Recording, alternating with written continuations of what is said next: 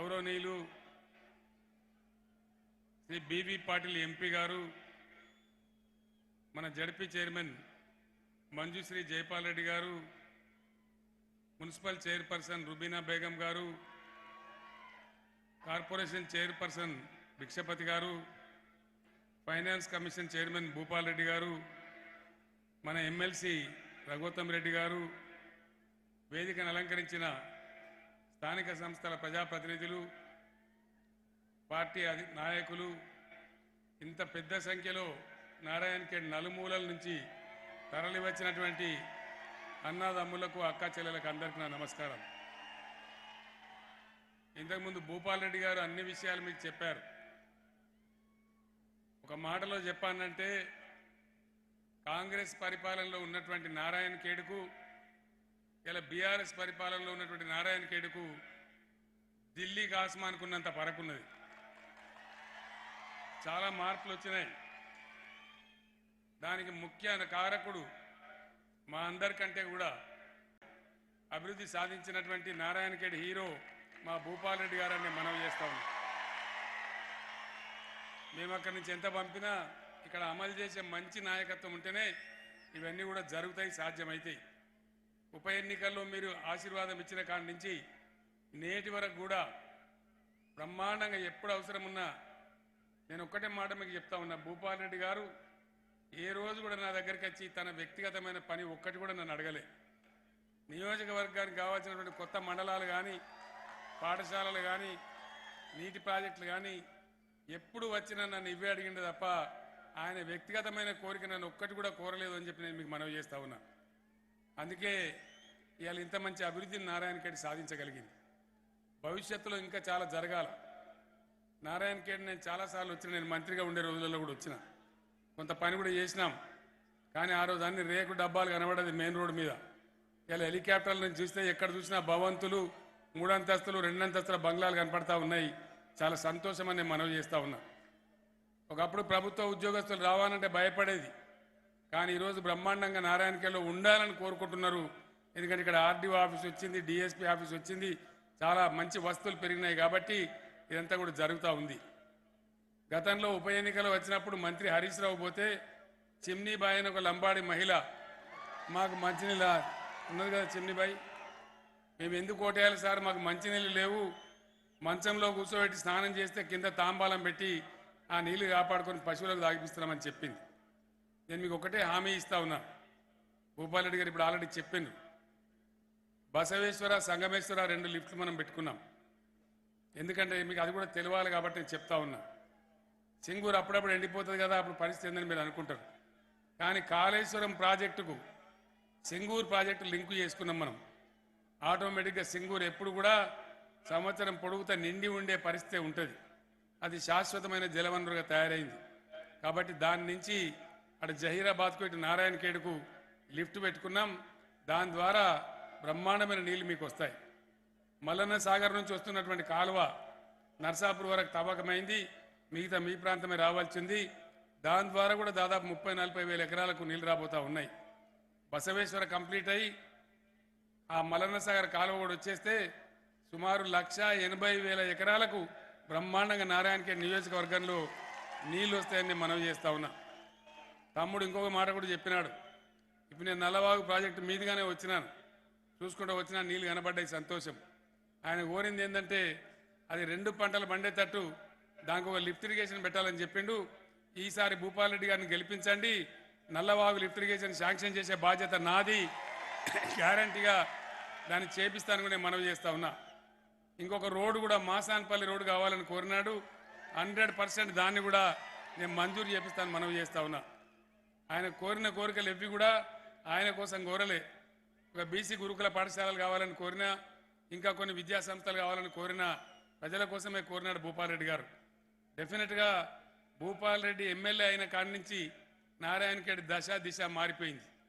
ఆయన అటాటోపం మనిషి కాదు, అడ్డం పొడుగు మాట్లాడే మనిషి కాదు, కూల్గా ఉంటాడు, సంతృప్తిగా పనిచేసుకుంటూ మంచిగా ఆయన నియోజకవర్గాన్ని చూసుకుంటాడు. హైదరాబాద్లో చాలా తక్కువ ఉంటాడు, నారాయణఖేడ్లోనే చాలా ఎక్కువ ఉంటాడు. మీ తండాల మధ్య, మీ ప్రజల మధ్య ఉండి మీ సేవలో ఉండే వ్యక్తి నేను మీకు చెప్పే అవసరం లేదు, అది మీ అందరికీ తెలుసు. మీ అందరినీ కూడా నేను కోరేది ఒకటే, ఓట్లు వచ్చినప్పుడు ఆగమాగం కావద్దు. ఎవరు ఏంది, ఏ పార్టీ చరిత్ర ఏంది, ఎవరి వైఖరి ఏంది, ఎవరు ఏం చేస్తారు అనేది మనం ఆలోచన చేయాలి. అంతకుముందు కరెంటు ఎట్లా ఉండే మన రాష్ట్రంలో, మంచినీళ్ళ పరిస్థితి ఎట్లా ఉండే మన రాష్ట్రంలో, సాగునీళ్ళ పరిస్థితి, పంటల పరిస్థితి ఎట్లా ఉండే మన రాష్ట్రంలో మీరు ఆలోచించాలని నేను కోరుతా ఉన్నా. మీ పొరుగునే మీకు కర్ణాటక ఉంటుంది. కర్ణాటక రైతుల గతి ఏమవుతుందో మీరు చూస్తూ ఉన్నారు. నేను చెప్పే అవసరం లేదు. నిన్న కర్ణాటక ఉప ముఖ్యమంత్రి వచ్చి మన దగ్గర చెప్తా ఉన్నాడు, రంగారెడ్డి జిల్లాలో మా గొప్పతనానికి, మా సిపాయితనానికి మేము రోజుకి 5 గంటలు కరెంట్ ఇస్తున్నామని చెప్తా ఉన్నాడు. నేను చెప్పిన నీకు సిగ్గు ఉండాలి చెప్పడానికి. రోజు 24 గంటలు కరెంట్ ఇచ్చే రాష్ట్రానికి వచ్చి మేము 5 గంటలు ఇస్తున్నామంటే మేము దేంతో నవ్వాలరా నాయన అని చెప్పి మాట్లాడిన పరిస్థితి. ఇంకొక మాట కూడా మీకు మనవి చేస్తూ ఉన్నా.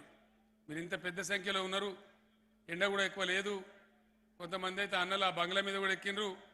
ఆ పక్కన బ్రహ్మాండంగా వాళ్ళు ఎందుకంటే చూడాలని ఉత్సాహం కొద్దీ ప్లేస్ లేక వాళ్ళు అక్కడికి కూడా ఎక్కేసినారు. నాకు మాట్లాడాలనే ఉంది చాలాసేపు. కానీ ఒక దురదృష్టం ఏంటంటే ఈ కాంగ్రెస్ పార్టీ దద్దమ్మలు ప్రజల చేతులలో గెలవడం చేతగాక ఎలక్షన్కి వస్తే నువ్వు సభ పెట్టుకో, చెప్పుకో నీ కథ ఏందో, మేము ఎట్లా చెప్పుకుంటావు నువ్వు అట్లా చెప్పుకో. కానీ మన పాత మెదక్ జిల్లానే మెదక్ ఎంపీగా ఉన్నటువంటి ప్రభాకర్ రెడ్డి గారి మీద ఇలా కత్తులు పట్టి దాడి చేసినారు. ఆయన నియోజకవర్గంలో ప్రచారానికి పోతే మినిస్టర్ హరీష్ కూడా ఈ సభకు రావాల్సిన అవసరం ఉండే. ఆయన వెంటనే అక్కడి నుంచి పరిగెత్తి ఈ సభకు వచ్చేది క్యాన్సిల్ చేసుకొని అతన్ని హైదరాబాద్లో యశోద హాస్పిటల్ తీసుకొని పోయినారు. బాగా రక్తం కారుతా ఉండే, 3 ఇంచుల లోతు కూడా కత్తి దిగింది. అందువల్ల వెంటనే అతన్ని తీసుకెళ్లి ప్రాణాలు కాపాడాలని చెప్పి యశోద హాస్పిటల్లో షరీక్ చేసినారు. అక్కడ దేవుని దయ వల్ల అతని ప్రాణానికి అపాయం లేకుండా ఉంది. 50-60 మంది మన పార్టీ కార్యకర్తలు బ్లడ్ ఇవ్వడానికి కూడా వచ్చి రక్తం కూడా ఇవ్వడానికి సిద్ధంగా అక్కడనే ఉన్నారు. నేను వెంటనే అక్కడికి వెళ్లాల్సిన అవసరం ఉంది. నేను యాక్చువల్గా జుక్కల్లో ఉన్నప్పుడే నాకు మెసేజ్ వస్తే నేను పోవాలని అనుకున్నాను అక్కడి నుంచే. కానీ నాకు లైఫ్ డేంజర్ లేదని తెలిసిన తర్వాత ఇంత పెద్ద సంఖ్యలో వచ్చి మీరు నర్వస్ అవుతారు. అక్కడ స్పీకర్ గారు కాన్స్టిట్యున్సీలు అయితే 1,00,000 దాకా వచ్చి జనం, వాళ్ళు కూడా నర్వస్ అవుతారు. కనీసం కనబడి నమస్కారం పెట్టిపోదామని చెప్పి మీ దగ్గరికి ఇంత దూరం నేను రావడం జరిగింది. మీ అందరికి నేను మనవి చేసేది ఒకటే, భూపాల్ రెడ్డి గారు డెఫినెట్గా నారాయణఖేడ్ చరిత్రలోనే ఇన్నేళ్లలో స్వతంత్రం వచ్చిన తర్వాత ఒక ఉత్తమమైనటువంటి మంచి యువనాయకుడు, మంచి ఎమ్మెల్యే మీకోసం పరితపిస్తూ ఉంటాడు. అప్పుడు తండాలు ఎట్లా ఉండే భూపాల్ రెడ్డి ఎమ్మెల్యే కాకముందు, ఇలా ఎన్ని తండాలకు ఎన్ని రోడ్లు వేసుకున్నాం అది కూడా మీరు ఆలోచించాలని చెప్పి నేను కోరుతా ఉన్నా. దాదాపు 100 తండాలను కొత్త గ్రామ పంచాయతీలు కూడా చేసుకున్నాం. లంబాడీలకు 10% రిజర్వేషన్ కూడా అమలు చేసుకుంటా ఉన్నాం. కొన్ని పోడు భూములు కూడా పంపిణీ చేసుకున్నాం. ఇవన్నీ కార్యక్రమాలు గతంలో జరగలేదు, మనం కనీసం ఊహించలేదు. ఇవన్నీ మంచి పనులు జరిగినాయి కాబట్టి మీరు భూపాల్ రెడ్డి గారిని ఆశీర్వదించండి. పెద్ద మెజార్టీతోని పోయినసారి కంటే ఇంకా ఎక్కువ మెజార్టీ ఇచ్చి గెలిపించండి. మీ పనులన్నీ కూడా ప్రతి పనిని మళ్ళీ నేనే స్వయంగా వచ్చి ఆ బసవేశ్వర లిఫ్ట్ ఇరిగేషన్ ప్రారంభోత్సవం చేసి మీ స్కూళ్ళన్నీ పెట్టించే బాధ్యత నేను తీసుకుంటా ఉన్నా. ఆ బాధ్యత మీరు నాకు అప్పగిమని నేను కోరుతా ఉన్నా. నాకు ఇంతకన్నా ఎక్కువ మాట్లాడే ఇంట్రెస్ట్ లేదు.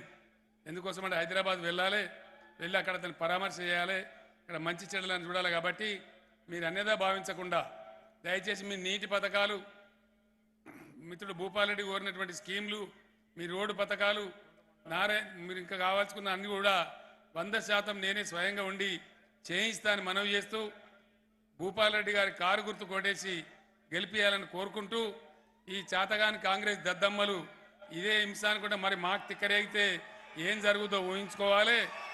ఇట్లా కాకుండా హింసకు దిగబడతా ఉన్నారు. ఈ హింసను నేను ఖండిస్తూ ఉన్నా. అభ్యర్థుల మీద కత్తిపోటు పడుకొని ఎవరిని ఉడవరాదు. ఓ మొండి కత్తో అండు కత్తో మనకు దొరకదా? అదే పని మనం చేయాలంటే మనం చేయలేమా? 10 సంవత్సరాల నుంచి మీరు చూస్తున్నారు. న్యాయబద్ధంగా, ధర్మబద్ధంగా ప్రజల పనులు చేసినాం, పేదలను ఆదుకున్నాం, అన్ని వర్గాల ప్రజలను ఆదుకున్నాం. కులం లేకుండా, మతం లేకుండా 9 ఏళ్ల నుంచి ఒక కర్ఫ్యూ లేదు, ఒక కరువు లేదు. బ్రహ్మాండంగా రాష్ట్రాన్ని ముందుకు తీసుకొని పోతా ఉంటే వాళ్ళ కళ్ళల్లో నిప్పులు పోసుకొని మనం ఈ దాడులు చేస్తూ ఉన్నారు. దీనికి మీరు బుద్ధి చెప్పేది దయచేసి ఇటువంటి దాడులను తిప్పికొట్టానంటే మనం ఓటు ద్వారానే వాళ్ళకి బుద్ధి చెప్పాలి, కళ్ళు తెరిపేయాలి. నారాయణఖేడ్ పోయినసారి కన్నా ఎక్కువ మెజార్టీతోని భూపాల్ రెడ్డి గారిని గెలిపించాలని నేను కోరుకుంటూ నేను మీద సెలవు తీసుకుంటా ఉన్నా. జై తెలంగాణ. కారు గుర్తుకే, కారు గుర్తుకే. జై తెలంగాణ.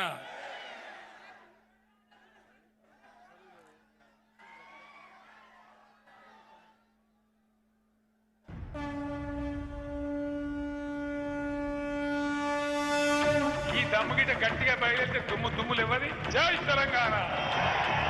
కారు గుర్తుకే